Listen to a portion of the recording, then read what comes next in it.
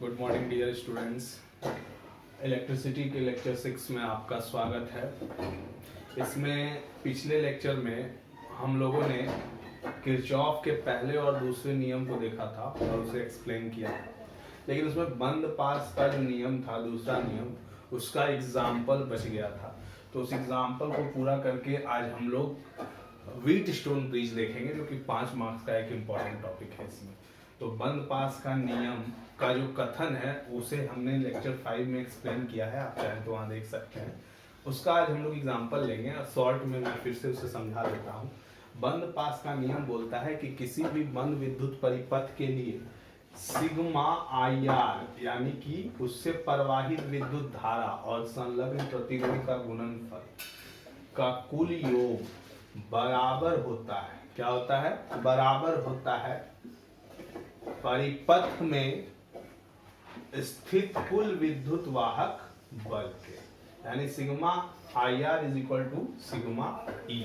ये हम लोगों ने एक्सप्लेन किया था, लेकिन इसका एक एग्जाम्पल हम लोग लेंगे ताकि आप समझ सके कि इसे लगाना कैसे है। तो बिना समय गवाए हुए चलिए देखते हैं कि इसका एग्जाम्पल और सवाल का हल हम लोग कैसे करेंगे।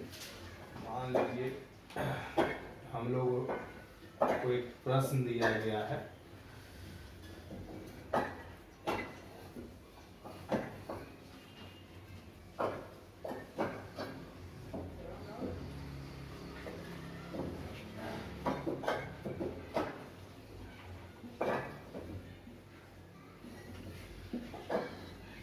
ये प्रश्न आपको एक दिया गया है कि इसमें 3 प्रतिरोध है, R1, R2 और R3, जिससे विद्युत धारा प्रवाहित हो रहा है I1, यहाँ से प्रवाहित हो रहा है I2 और इस तरफ से प्रवाहित हो रहा है I3, और विद्युत वाहक बल है E1 और E2। ठीक है, तो इसको हल करने के लिए हमने आपको साइन कन्वेंशन बताया था और नोट बताया था, जो कि अगर आपको ध्यान नहीं है तो हम इसे रिकॉल करा देते हैं। नोट में हमने बताया था कि अगर मैं जिस तरफ से विद्युत परिपथ में जा रहा हूं, मान लीजिए कि मैं इधर से जा रहा हूं और विद्युत धारा भी उसी दिशा में है, तो ऐसे स्थिति में आई आर का मान धनात्मक लिया जाता है। क्या लिया जाता है बाबू? आई आर का मान धनात्मक। ये पहला कन्वेंशन बताया था। और दूसरा में हमने बताया था कि अगर दोनों की दिशा विपरीत हो, यानी कि अगर परिपथ में मैं ऐसे जा रहा हूं और हमारे विपरीत में धारा आ रही हो, तो आई आर का मान क्या लिया जाता है बाबू?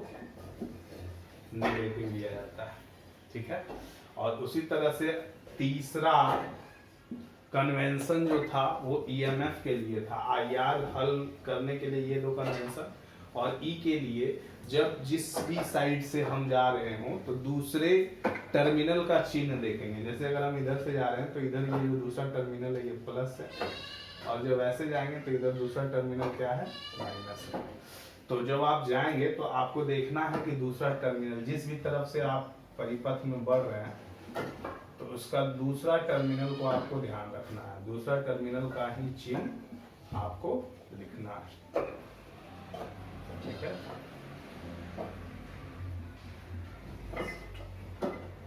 ठीक है। तो चलिए इसका हम लोग इस्तेमाल उस प्रश्न में करके देखते हैं कि कैसे किया जाएगा इस कन्वेंशन का उपयोग उस सवाल में। तो चलिए हम लोग इधर से चलना स्टार्ट करते हैं। धारा हमारे साथ है, मैंने कहा था कि अगर मैं और धारा दोनों की दिशा एक हो तो आई आर का मान पॉजिटिव लेना है। तो हम लोग इधर से चल रहे हैं। कुछ लोग बोलेंगे सर इधर से भी चल सकते हैं। हाँ, आप चल सकते हैं, उससे कोई दिक्कत नहीं है। चलिए इधर से चलते हैं। तो इधर से जब चलेंगे तो मैं और धारा दोनों एक दिशा में है, तो I1 R1 क्या हो जाएगा? पॉजिटिव। लिखेंगे I1 R1 पॉजिटिव। ठीक है, उसके बाद आप आगे बढ़ेंगे। जब आप आई आर लिख रहे हैं तो आपको ई नहीं देखना, आई आर के समय सिर्फ आई आर लिखेंगे, उसके बाद हम लोग ई का बात करेंगे। इसके बाद हम इधर मुड़ गए। जब इधर मुड़े तो आई देखिए इधर ही है और हमारी दिशा भी इधर ही है, यानी फिर से आई आर, दो आई और हमारी दिशा एक है। जब दोनों की दिशा एक होगी तो प्लस, यानी प्लस I2 R2। ठीक है, उसके बाद मैं इधर मुड़ा लेकिन धारा देखिए हमारे विपरीत है, मैं इधर से जा रहा हूँ, धारा इधर से आ रही है, तो इस बार आई आर का मान क्या हो जाएगा माइनस। क्यों? क्योंकि जब मैं और धारा दोनों विपरीत दिशा में हो तो आई आर माइनस। तो मैं इधर से जा रहा हूँ और धारा इधर से आ रहा है, विपरीत दिशा के लिए माइनस, यानी I3R3। तो ये आई आर के लिखने का तरीका है। मैंने आपको पहले ही बोला था कि आई आर के लिए आपको ये दो कन्वेंशन ध्यान रखना है, यानी आप जिधर से भी जाइएगा, अगर धारा आपके साथ है तो आई आर प्लस, और धारा आपके विपरीत है तो आई आर माइनस। ठीक है, आई आर लिखने के बाद उसके बाद हम लोग ई का बात करेंगे कि ईएमएफ का क्या मान होगा। सॉरी, तो फिर से जहां से हम स्टार्ट किए थे वहां से फिर से चलना स्टार्ट करेंगे और इस बार केवल ई को देखेंगे। तो जब हम चलेंगे तो देखेंगे कि ईएमएफ की दूसरे टर्मिनल पे कौन सा साइन है, पॉजिटिव, तो हम लोग उसका टर्मिनल का साइन लेंगे, यानी कि E1 जो है वो प्लस होगा। और फिर आगे बढ़ेंगे और E2 की तरफ जब बढ़ेंगे तो इसका दूसरा टर्मिनल कौन है, माइनस, हो जाएगा E1 माइनस। ये हो गया आपका किरचॉफ का दूसरा नियम।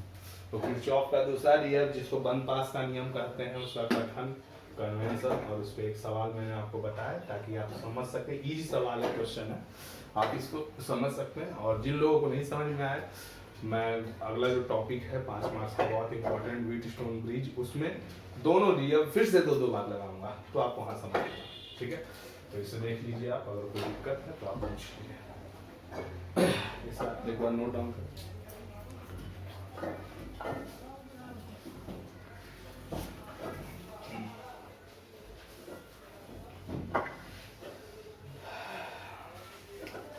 अब हम लोग बढ़ते हैं, अपना 5 मार्क्स का टॉपिक है व्हीटस्टोन ब्रिज, जो कि किरचॉफ के दोनों नियम पर आधारित है। और पहले ही मैं बता देता हूं कि व्हीटस्टोन ब्रिज में दोनों नियम 2-2 बार आपको लगाना है, बहुत आसान सा टॉपिक है।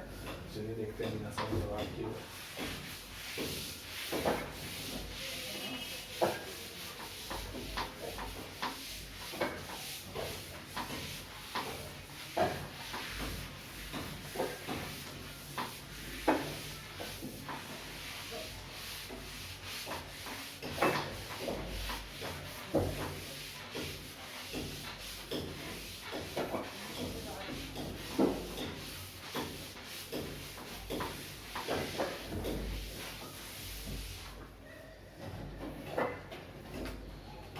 तो बहुत इंपॉर्टेंट टॉपिक है आपका इस चैप्टर का पहला 5 मार्क्स का जो क्वेश्चन है, हम लोग वो अभी देख रहे हैं। ये क्वेश्चन लेने का बस एक ही यहाँ पे मतलब है कि आपको किरचॉफ का दोनों नियम और अच्छे से समझाया जा सके। TTI 5 marks section, Wheatstone bridge.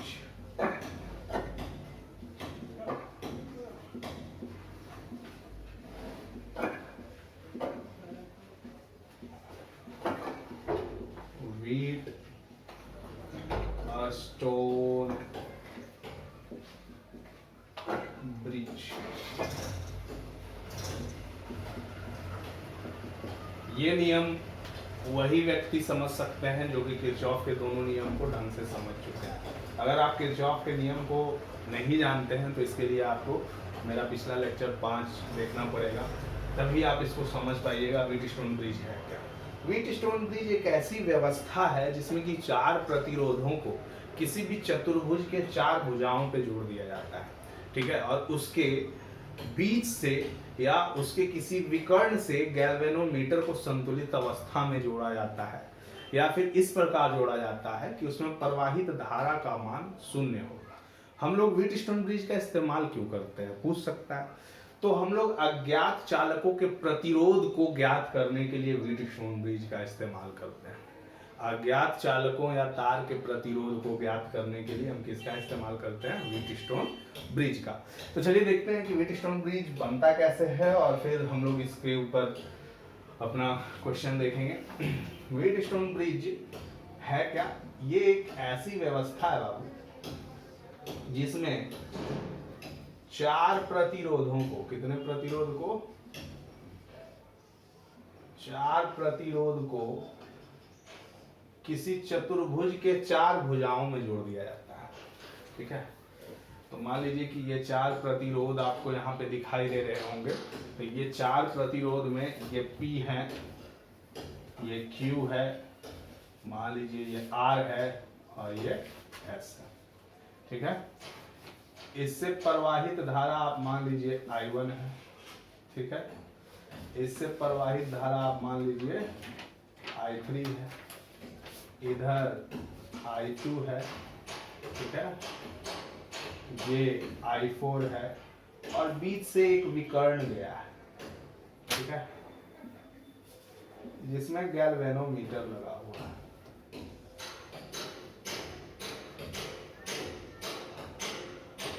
इससे प्रवाहित धारा का मान लीजिए IG है। तो ये क्या किया गया है कि ये चतुर्भुज के चारों भुजाओं में 4 प्रतिरोधों को जोड़ दिया गया है, जिसमें PQ RS उसके प्रतिरोध है और प्रवाहित धारा I1 I2 I3 और I4 है। फिर किया क्या गया है, इसमें एक स्विच लगाया गया है और इस संपूर्ण व्यवस्था को बैटरी से जोड़ दी गई है, प्लस और माइनस, ये आपका ओपन स्विच है, ठीक है। तो ये जो व्यवस्था आप देख रहे हैं इसी को हम लोग व्हीटस्टोन ब्रिज करते हैं, ठीक है। अब नाम आप लिखना चाहें तो यहाँ पे मान लीजिए ये नाम A है, ये B है, ये C है और ये D है, ठीक है। और मान लीजिए ये जो विद्युत धारा I धारा स्टार्टिंग में प्रवाहित की गई थी इससे और बाद में वो किस तरह से आई है आप देख सकते हैं।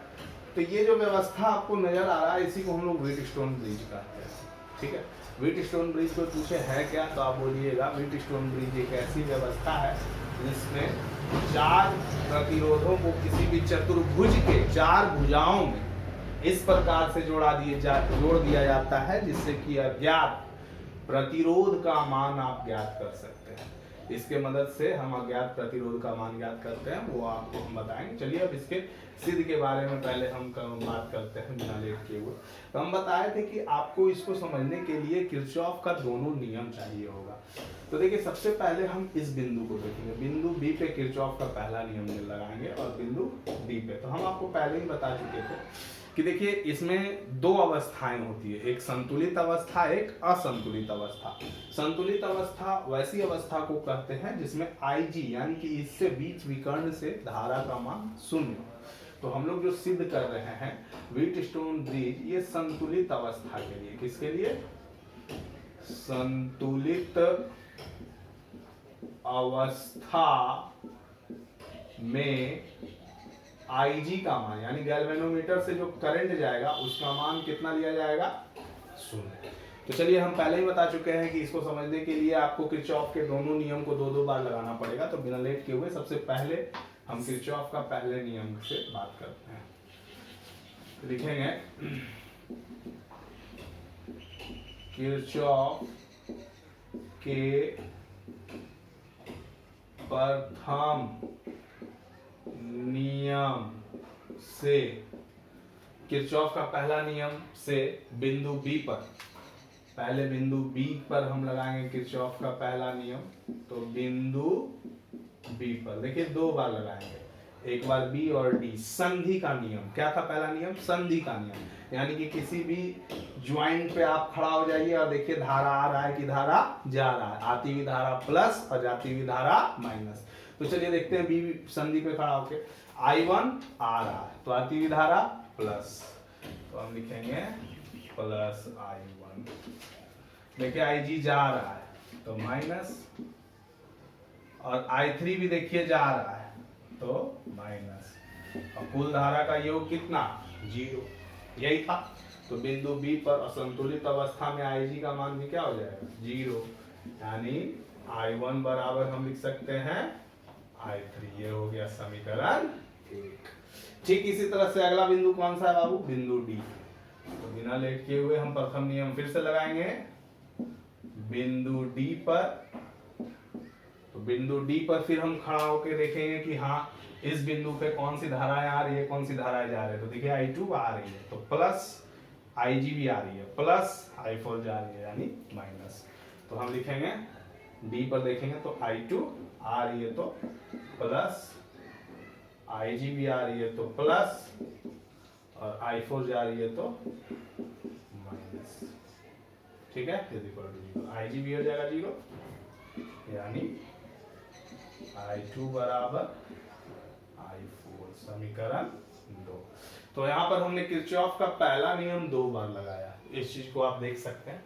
और जब इन दोनों को आप भाग दे दीजिएगा, समीकरण 1 को आप भाग दे दीजिए किससे, समीकरण 2 से, तो I1 भागा I2 बराबर हो जाएगा किसके, I3 भागा I4 के।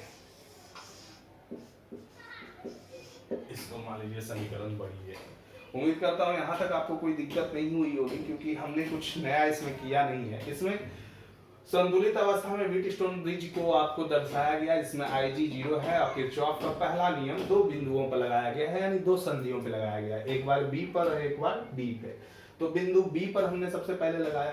तो क्या कहता है पहला नियम, कहता है कि किसी भी संधि पर आती हुई कुल धारा या जाती हुई कुल धारा का योग शून्य होता है। तो हमने देख लिया कि कौन आ रही है कौन जा रही है, आती हुई धारा को प्लस माना, जाती हुई धारा को माइनस, और हमें ये समीकरण मिल गया। तो यहाँ तक उम्मीद करता हूँ कोई दिक्कत नहीं होगा। अब हम लोग अप्लाई करेंगे किरचॉफ का दूसरा नियम, जो कि अभी जस्ट हमने पढ़ा, बंद पास का नियम, यानी कि बंद परिपथ के लिए हम लोग पढ़ेंगे।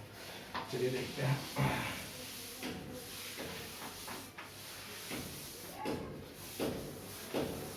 बंद परिपथ के लिए आपको ये स्विच को जोड़ना होगा।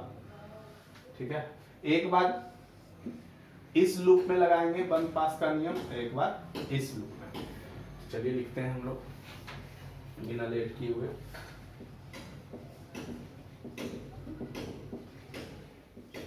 के दूसरे नियम से अब किरचॉफ का दूसरा नियम लगाएंगे। तो यहाँ पे 2 लूप आपको दिखाई दे रहा होगा। पहला लूप का नाम है ABD है, तो हम लिखेंगे लूप ABDA में।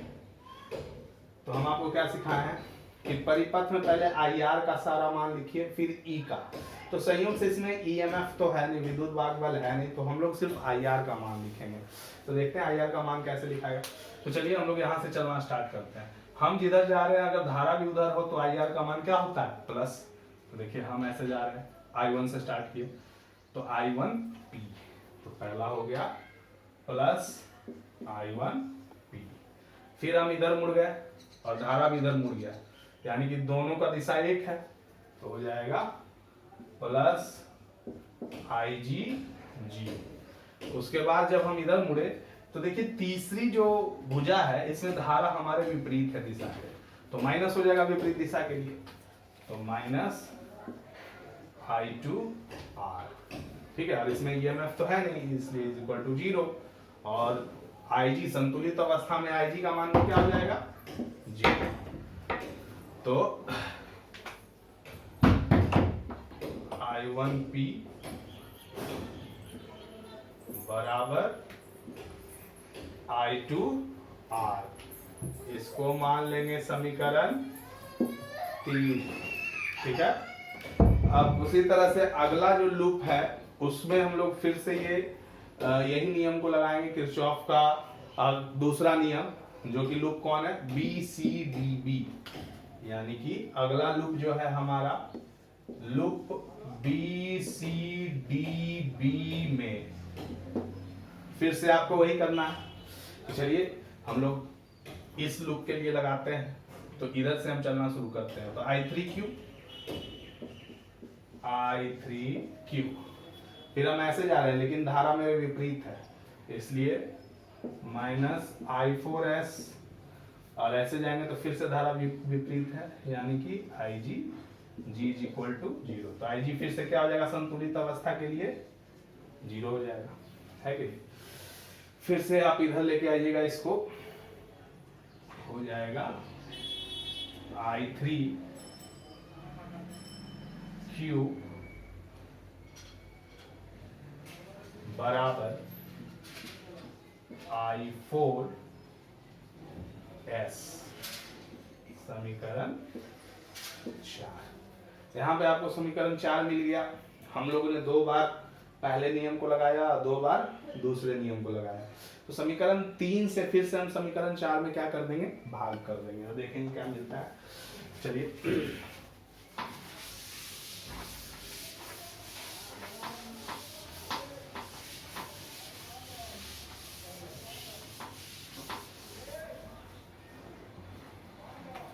तो देखते हैं समीकरण 3 को जब आप 4 से भाग दीजिएगा तो ये कुछ इस तरह से आएगा। ये हो जाएगा I1P बटा I3Q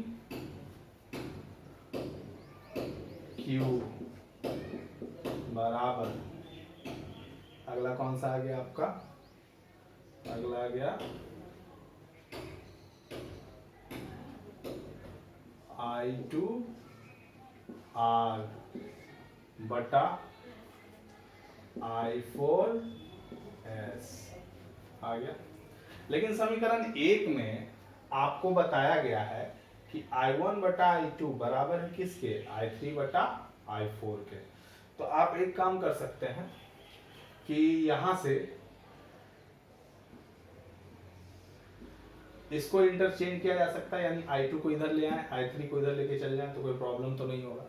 ठीक है, आप इसको इधर कर दें, इसको इधर कर दें, तो ये लिखा जाएगा इस तरह से I1 by I2 P by Q बराबर होगा I3 बटा I4 R बाई S।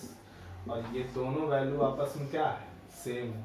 कोई पूछेगा कहाँ से, तो बोलिएगा समीकरण A से।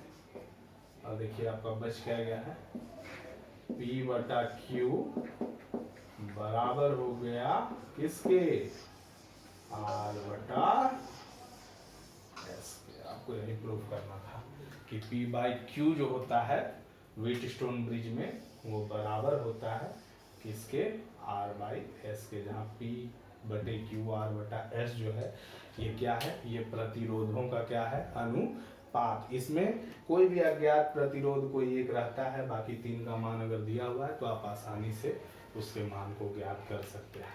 ठीक है, तो इसको आप एक बार देख लीजिए, अगर कहीं कोई दिक्कत है तो आप पूछ सकते हैं।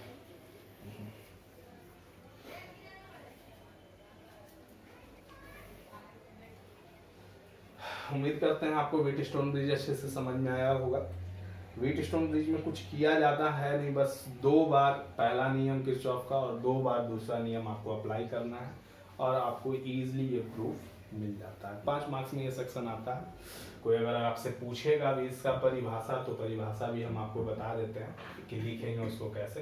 पहले सिद्ध हमने इसलिए बता दिया क्योंकि आपको पहला नियम और दूसरा नियम दोनों इसमें पूछा जाता है, तो लगता है इसलिए हमने बता दिया, आपको आसानी से समझ में आ गया होगा। तो हम लोग परिभाषा की अगर बात करें तो कैसे लिख सकते हैं कि व्हीटस्टोन ब्रिज है क्या, तो ये देख लेते हैं। तो उम्मीद करता हूँ आपको ये समझ में आया हो।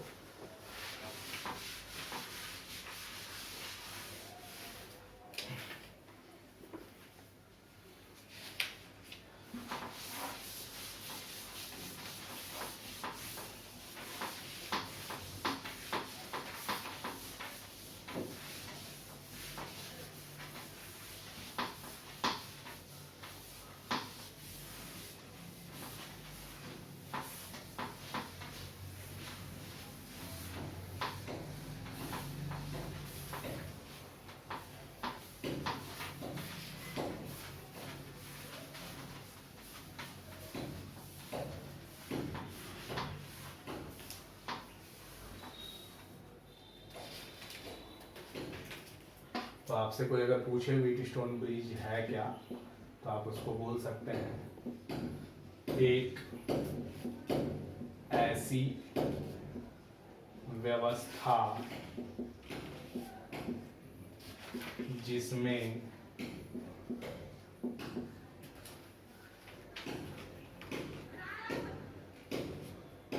चार विभिन्न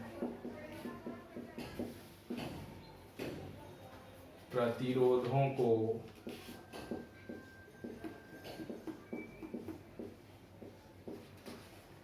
किसी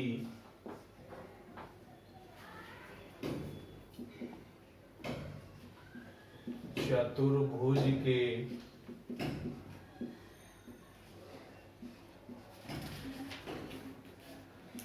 चारों भुजाओं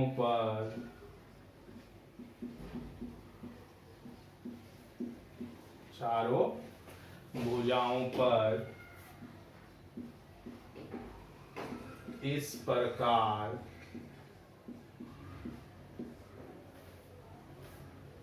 लगाया जाए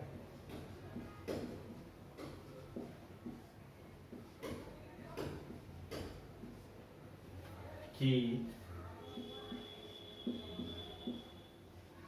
उसके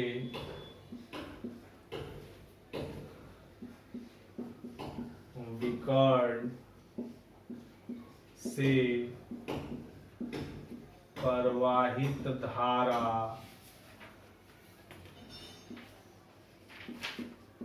का मान 0 हो।